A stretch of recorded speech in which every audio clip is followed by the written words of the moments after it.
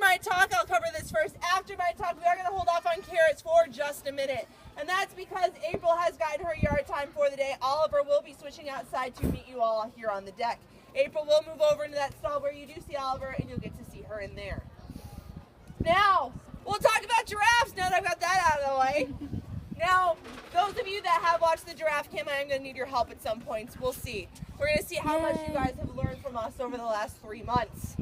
Now, the type of giraffe we exhibit here at Animal Adventure are what are known as reticulated giraffes.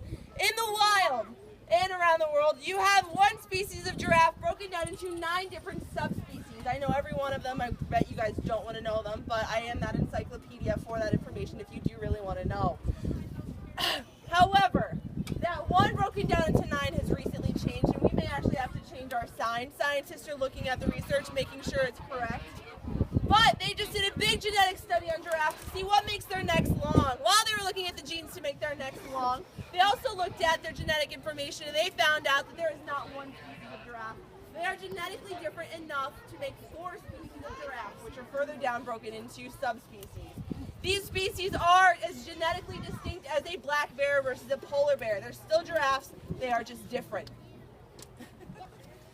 Now, we'll talk a little bit about giraffe anatomy and giraffes in general. A giraffe in captivity will live anywhere from 10 to 20 years, depending on their situation. In captivity, they'll live anywhere between 20 to 25, if everything goes well. Now, April, our big mama up there, is 15 years old, and her boyfriend, Oliver, is 5. He has done very well for himself, finding himself a nice-looking cougar up there. Now, they are both right around 14 feet tall. However, April, we'll start with April. April is done. She is done growing. She will not get any bigger. Females are smaller than males in the giraffe world.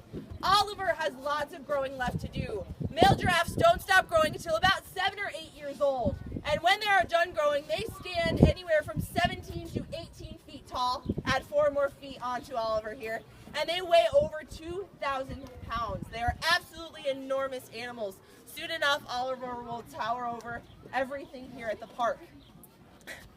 Now, on the top of their heads, you're going to be able to tell if you ever go on a safari, you ever go to another facility and you wonder, man, is that a boy or a girl giraffe?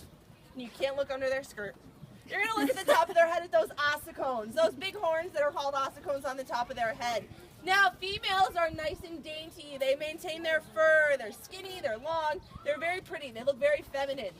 A male has nice, thick ossicones. You'll see when Oliver comes outside, they're nice and thick. And as he gets older, very much like our own species, that older male will eventually go bald.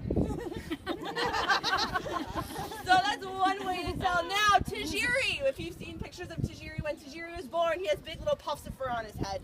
He didn't have ossicones when he was born. They don't have ossicones when they're born. Well, they do. Those ossicones are made out of cartilage. Now, that cartilage, when a baby giraffe is born, is flat back on their head to make sure that they don't break that amniotic sac while in Like and Once subscribe for more. They attach to the skull and they grow from there. If you look at Tajiri now, he does have little tiny ossicones on his head. As we move down, you've got that big long tongue, which is what color? Purple. Purple, and why is it purple? So they don't get sunburned, exactly. So in the wild, giraffes eat acacia leaves. And acacia leaves are very low in nutrition, very high in hydration. But because they're so low in nutrition, they have their tongues out all day long in the African sun eating. Which means if their tongues were pink like yours and mine, they would get sunburned.